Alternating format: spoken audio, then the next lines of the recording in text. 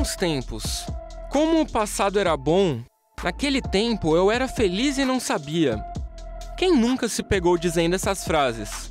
Elas são expressões de nostalgia. O significado de nostalgia, segundo o dicionário, é um sentimento prazeroso misturado com um pouco de tristeza que se dá quando pensamos sobre algo que aconteceu no passado. Estudos mostram que ser nostálgico aumenta a vitalidade e prepara os indivíduos para lidar com o presente e com o futuro. Isso porque, ao olharmos para o passado, nossa compreensão de quem somos é mais clara. Além de promover o autoconhecimento, quando você recorda o passado e resgata lembranças de vida, você cria uma sensação de conexão social. Ou seja, você sente que pertence a um lugar, a um tempo ou a um grupo, e isso é bom. Mas se a nostalgia for muito intensa, pode paralisar a nossa vida, nos deixando presos ao passado. Esse sentimento é tão forte em algumas pessoas que as impede de viver o aqui e agora. Como não conseguem encerrar o luto pelo que perderam de tão precioso, não acham graça em mais nada. O passado é confortável, pois já vivemos tudo aquilo e sabemos como as situações felizes e tristes terminam. O presente, em contrapartida, pode ser assustador, pois não sabemos se vamos nos recuperar daquele término de relacionamento, de um trauma ou luto. Como superar essa nostalgia ruim? Como manter apenas a que nos faz bem? Acompanhe agora o nosso papo e entenda melhor o que é esta fissura com o passado e como superá-la. Olha aí, minha gente, que assunto super legal, de ponta, hein? Bendita hora hoje tá espetacular, não tem pra ninguém mesmo, tá? E ó, ela tá aqui, e ela fala como ninguém, teóloga, psicóloga, mãe, feminina. Tem aquela musiquinha dela? Tem a musiquinha dela? Deixa eu ver se tem. Tem a musiquinha dela? Se não tiver, deixa eu ver. Olha, tem até música. Nossa, lindíssima! Mary Camilla! Ai, boa tarde, minha linda. Deus saudade. abençoe você, viu? Obrigada, você também. Você é um encanto aqui para nossa rede muito de obrigada. televisão. Oi, gente! Olha, você que soubesse como as aqui. pessoas gostam de você. É mesmo? E gosta muito do seu trabalho, gosta muito do seu... Ai, fico feliz, de todo o viu? seu profissionalismo Faço que você com muito tem. amor. Eu sei muito disso. amor, muita dedicação, muita seriedade, porque eu falo assim, olha, a nossa vocação, a gente tem que viver em cada célula do nosso corpo.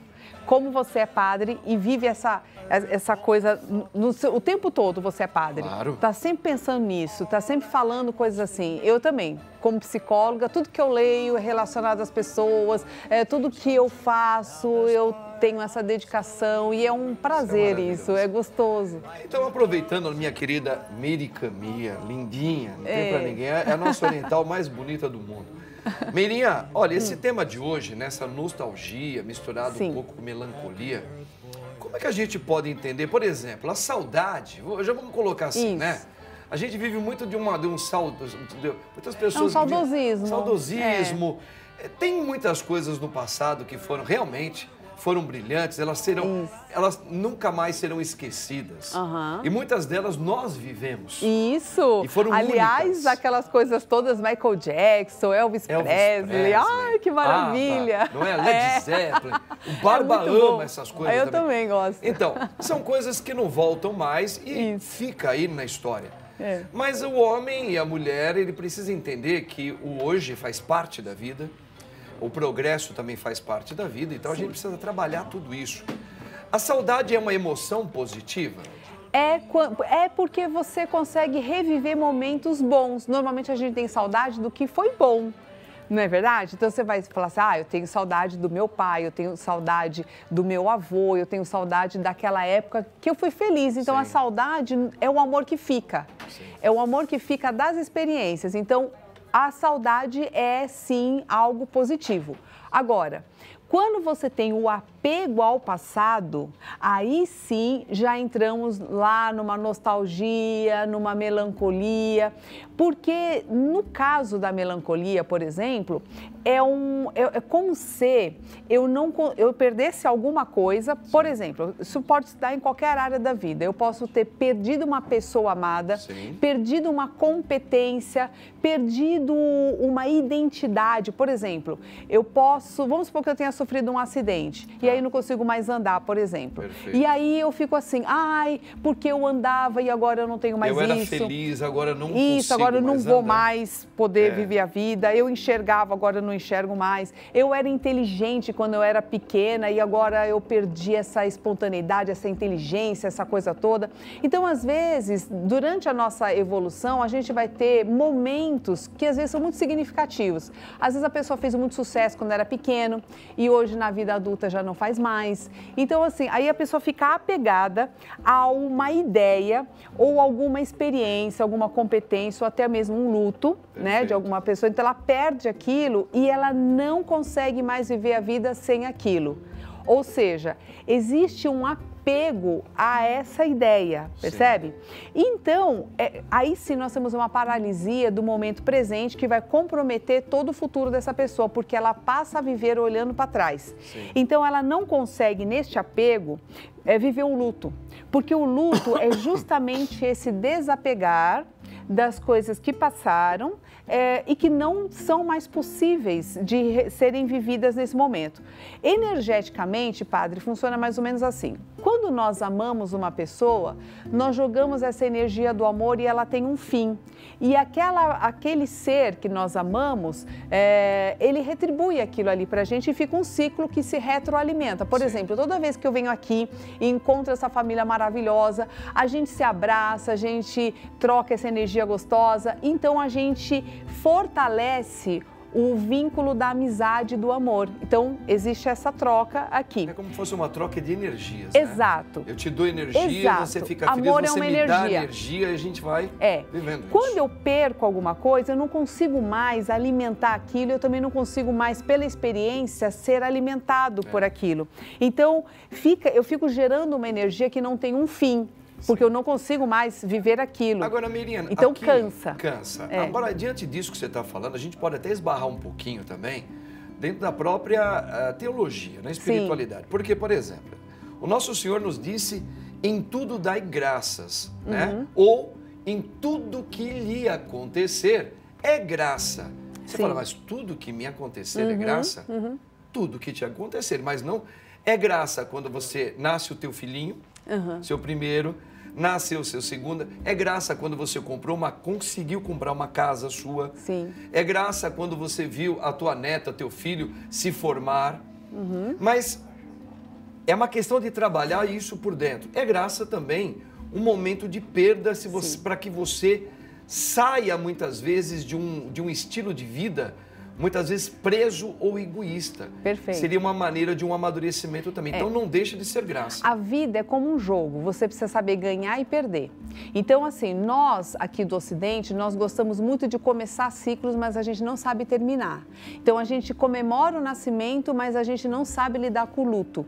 A gente adora começar uma empresa, mas a gente não sabe terminar uma sociedade. A gente adora casar, mas não sabe separar.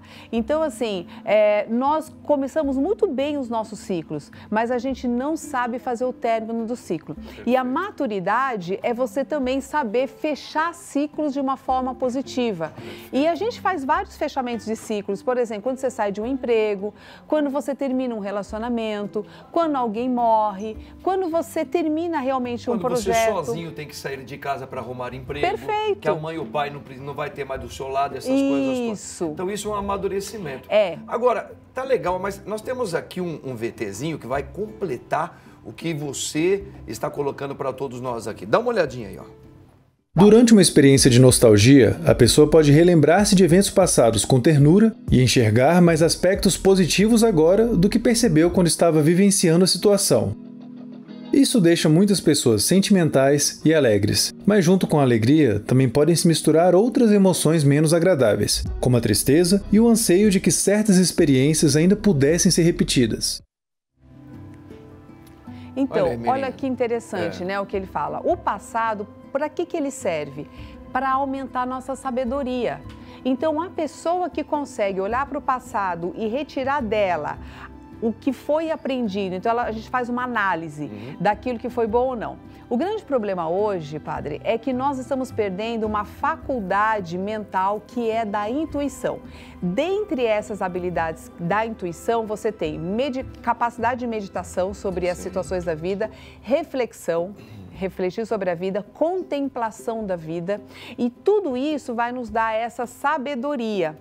Agora, como nós não estamos usando o nosso tempo, que antigamente a gente chamava de ócio, o tempo onde você fazia essa reflexão, essas autoanálises da vida e crescia com elas. Hoje, a gente confunde o ócio com fazer nada. E aí a gente pega a rede social e no tempo que nós deveríamos estar meditando sobre a vida, a gente está distraindo a nossa atenção para a rede social. Perfeito. Então a gente não consegue fazer essa análise e retirar das experiências da vida a sabedoria que é o alimento do espírito. Sim. Então, por essa situação, nós estamos empobrecidos na alma, nós estamos com fome de espírito, fome de alma, porque nós estamos usando muito mal o nosso tempo. Então, quando a gente não consegue olhar para o passado, retirando delas aquilo que eu aprendi, eu não consigo ter gratidão. E a gratidão, ela é o sentimento básico de todas as emoções positivas. E ela me dá esperança. Perfeito. Para eu poder olhar para o futuro e falar, caramba, olha quantas coisas eu ainda posso viver e melhorar na minha vida a partir do momento presente. Então, hoje eu faço as mudanças necessárias porque eu estou direcionando o meu futuro para onde eu gostaria de estar. Perfeito. Entendeu? Olha só, tá vendo, gente? Esse aqui é um papo super gostoso, muito legal para você, para mim, para todos nós, né? Por exemplo, eu gosto mais hoje da minha fase de vida com um homem de 50 anos, porque por que eu posso falar que eu gosto mais hoje? Porque eu tive um passado que eu não pude desprezá-lo nunca. Eu tinha minhas limitações, eu tive um começo, eu tive muitas dificuldades e tudo isso me serviu e serve até hoje para eu tenho que buscar nessa gavetinha lá atrás meios para eu poder entender que hoje, eu só posso falar que hoje me sinto melhor, é porque eu consegui ver passo a passo da minha vida lá atrás, é o que você está falando. Então é valorizar sempre isso aí. Padre, boa tarde. Padre, quando o senhor escuta a palavra nostalgia, o que vem na tua cabeça? Quais são as lembranças, as sensações que tem na cabeça do povo quando escutam essa palavra? Várias pessoas têm sensações diferentes e o Bendita Hora veio até as ruas hoje para saber do povo o que eles pensam quando escutam a palavra nostalgia. Ah, músicas antigas do Amaro Batista. Te faz lembrar o quê? Ah, muita coisa. Músicas lá do meio da roça, trabalhando, limpando as roças lá. Roberta Miranda. Vamos um baião de dois. Um baião de dois. O que te lembra esse baião de dois aí? Ah, lembra a minha infância, a casa da minha mãe. Nostalgia é música dos anos 80, filmes antigos. Isso me remete. O que te causa essa nostalgia? Acho que, por exemplo, nos filmes, né, aquelas imagens, né, que já não são essas digitais, que são um pouquinho diferentes, né? Som do vinil também, que tem aqueles ruidinhos também, isso me causa nostalgia. Bom, padre, essas foram as opiniões do público que causa nostalgia. Mas eu devolvo para o estúdio e te pergunto, para o senhor, o que causa nostalgia, hein? Olha, gente, que causa nostalgia pra mim, meu brotherzinho, são momentos como esses, assim, que deixa uma história bonita, deixa saudades, como Mary, a Meirinha, tá aqui, ó. Nós estávamos falando exatamente isso. Parece que demora tanto quando você vem aqui. Verdade, eu tava com saudade de vir aqui já. Não é? Agora, Mary, sim. Para a pessoa entender bem essa questão de nostalgia, saudade, isso, a pessoa pode fazer né? uma confusãozinha. Pois é. A saudade, ela é mais positiva porque a gente se vincula aos pensamentos positivos, às lembranças positivas. Já a nostalgia, a melancolia, a gente fica mergulhado num sentimento negativo de perda. E aí vem cansaço físico, vem uma dificuldade. A pessoa que está muito presa no passado, ela não tem mais vontade de viver, ela não quer se vincular mais à vida. Então, falta energia para as atividades do dia a dia. Então, você começa a perceber que ela vai meio que desistindo da vida presente, prejudicando todo o futuro, porque ela está aprisionada nesse passado. O único caminho para esta cura é a pessoa entender que ela precisa soltar aquilo, deixar ir, sabe? Como as pessoas que morrem ou alguma coisa que você perde, aquilo fez o seu ciclo e ela tem que amadurecer, porque o amadurecimento significa você estar pronto para a próxima etapa. Sim. E entender que aquilo faz parte da vida, as perdas fazem parte da vida. Sim. Então, é um ensinamento que o nosso espírito vai ter que aprender. A gente está aqui num mundo onde nós ganhamos e perdemos o tempo todo, você pode perceber. Sim, verdade. Né? O mundo da matéria, você ganha e perde. Então, a gente tem que entender que isso faz parte do processo, isso é lei do universo e que nós não estamos acima dessa lei.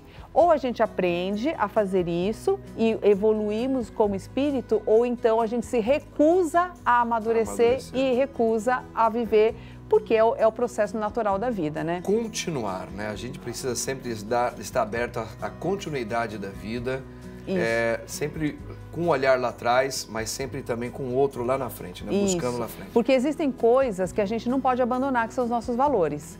Mas as outras coisas, elas são dinâmicas e vão mudando. Pois é. Já deu para compreender, acho que nossos telespectadores também, tudo que você foi colocando aqui. Algumas coisas eu não abro mão de um passado, que eu falo que para mim foram melhores, para mim é insubstituível.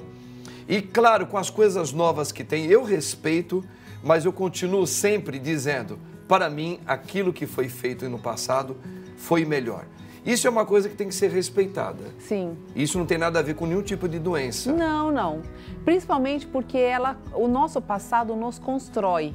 Então, a nossa identidade, ela é construída a partir da minha história, da minha evolução. E outra, a autoconfiança, ela também vem do nosso passado. Sim. Por exemplo, quando eu olho para a minha vida e vejo todas as superações que a gente teve que aquilo que eu estava falando, né? Isso. Você fala, cara, eu vejo o quanto eu me fortaleci, o quanto eu sou maior do que eu imaginava, porque eu tive que passar por tantas dificuldades que eu achei que eu não ia dar conta. E no final das contas, olha só, estou aqui viva, estou bem, não fiz mal a ninguém, né? E se por acaso eu fiz sem essa intenção, eu posso corrigir a partir de agora, não sendo aquela pessoa que eu fui. Então eu posso fazer as transformações da vida. Então o passado, ele serve de norteador também, ele não pode ser jogado para o lado, porque ele nos ajuda a formar a nossa identidade, saber quem sou eu. Sim. Sabe? E junto estão os nossos valores, né? Então a gente faz aquela análise. Alguns valores eles são insubstituíveis. Isso, claro, que nós temos que respeitar sempre o progresso e a evolução. Mas alguns valores, eles devem permanecer e a gente tem que sempre olhá-los como algo insubstituível. Exato. E as pessoas que estão na terceira idade, por exemplo, elas tendem muito essa questão da nostalgia, sabe? Também de ficar lembrando, verdade, porque eu era isso, agora eu não sou mais nada, né? Na verdade, gente, a terceira idade é o momento onde você floresce. É como uma árvore. A árvore, ela tá lá, vira aqueles galinhos fininhos, e quando ela está madura, ela dá frutos. E os frutos são a sua sabedoria. É onde a sabedoria, ela não tem tanto a ver com formação acadêmica, ela não tem a ver com leitura de livros só, ela tem a ver com a tua experiência de vida. Então, o que o idoso pode ajudar nesse momento? Ele tem que trazer esse conhecimento, essa sabedoria para os seus filhos, para os seus netos, para quem está à sua volta. Até para o progresso. Para o progresso da humanidade, porque você sabe, né? Quando a maturidade, ela vai trazendo uma tranquilidade para para nós. E uma certeza do que vale e o que não vale a pena nessa vida. E quando às vezes você é jovem, nossa, a gente quer ganhar muito dinheiro, a gente quer conquistar o mundo, a gente tem uma pressa imensa, a gente quer atropelar todos os processos. E quando a gente está um pouco mais maduro, a gente olha e fala assim, mas para que tanta pressa? Né? O que realmente vale da vida não é isso daqui, é outra coisa. Então, o idoso, muitas vezes, ele pode voltar a visão dos jovens para um lugar mais adequado, entendeu? Até porque, por isso que a gente, quando a gente vai amadurecendo, o corpo vai ficando mais quietinho, a gente não pula tanto, justamente para isso, é porque a cabeça está funcionando mais e a gente consegue direcionar com a nossa sabedoria os mais jovens. Essa é a figura do sábio. Que bacana. Que a gente deveria assumir na vida, sabe? E nós temos que lutar para que o mundo atual possa prescrever uma história onde a experiência, aqueles que viveram mais, sejam de uma maneira igualitária contribuidores para o progresso. Exato, ele precisa ser valorizado. Precisa ser, e a gente tem que lutar para isso. Agora, olha só, nós temos uma pergunta também agora aqui, Meirinha. E agora, padre, conta aí. Vamos lá, quero o padre quer ver. Uma pessoa me fez muito bem em uma época, mas agora me faz mal. Devo continuar convivendo esperando a volta do que era? Ou devo me afastar? Deus, Meirinha. Meirinha, hoje eu vou deixar você falar tudo. Legal isso. Eu gosto de refletir junto com você. Sim. Vai lá. Então, nós somos seres em evolução. O tempo todo nós estamos mudando. E eu faço a pergunta aqui, quem nunca na vida, principalmente quando a gente é jovem, prometeu amor eterno e depois a gente mesmo muda de ideia? Muda. Você entendeu? Muda. Então, assim, nós mudamos porque estamos evoluindo justamente. As próprias ideologias, quando você é mais jovem, você luta para isso, para aquilo, na política e tudo mais, de repente você muda de ideia, porque você vai conhecendo mais, você vai refletindo, você vai juntando conhecimento e aí você vai mudando o seu posicionamento e isso é maravilhoso, porque a gente não fica chato, porque imagina a pessoa que não muda nada, nem ela aguenta o mesmo papo, o mesmo assunto, chato pra caramba, não é? Então, veja, nesse caso dessa pergunta, né, a pessoa fazia bem e agora ela faz mal. Pode ser que a outra pessoa tenha mudado, pode ser que ela tenha mudado. A questão sempre é ter uma responsabilidade emocional. Ou seja, na verdade, a outra pessoa, padre, ela só serve de espelho para nós. A gente tem que entender isso, sabe? Gosto disso. Porque quando você olha uma foto de alguém, imagina esse rapaz, né? Ele olhava a foto da pessoa, ficava todo feliz. Agora ele olha para a foto da pessoa e fala, ai, que droga essa pessoa. A foto é só uma foto. Então, ele projeta na foto a emoção que está dentro dele.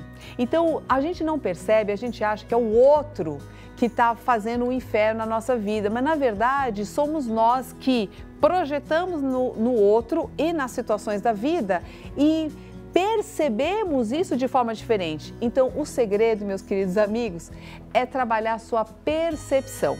Quando nós mudamos a forma como nós percebemos o mundo, nós mudamos o sentimento que nós temos com relação àquela coisa. Porque acaba entrando muito também naquela questão que a gente volta a falar da espiritualidade. Todos nós nascemos com aquele egoísmo em nós. Sim. Que é aquela coisa que você falou, que eu projeto no outro aquilo que eu quero. Exato. A partir do momento que aquilo que a outra pessoa está fora do meu projeto, da minha engenharia de vida, perfeito, eu não gosto mais. Isso. Né? Então, isso é falta de maturidade. Exato. E aí eu falo assim, aquela pessoa está causando um inferno na minha vida. Você entende? Mas, na verdade, é eu que estou projetando o inferno nela. Pois é. Sabe? Porque é muito mais fácil eu projetar no outro e colocar no outro a culpa do meu sofrimento do que eu mesma assumir a responsabilidade emocional. Verdade. Do tipo, eu estou cultivando essa emoção dentro de mim, dentro do meu jardim, que eu falo que nós somos um paraíso, né, dentro do nosso, da gente, e a gente tem que ter essa responsabilidade sobre o que tipo de flores eu estou cultivando dentro de mim. E as ervas daninhas, que vêm através dos pensamentos, elas vão crescendo se você não podar. É verdade. Porque pensamento gera emoção, e emoção gera uma ação. Por isso que eu queria ser um mágico. É. Em alguns momentos eu queria ser um mágico, porque Pois. quando não vai a favor daquilo que eu penso, eu quero que desapareça da minha vida. Isso é uma contradição, hein? É verdade. Que os mágicos não me escutem isso. Me escutem o Padre Amaro. Deus abençoe você, minha querida. Ai, padre, Você é brigadíssima. espetacular. Ai.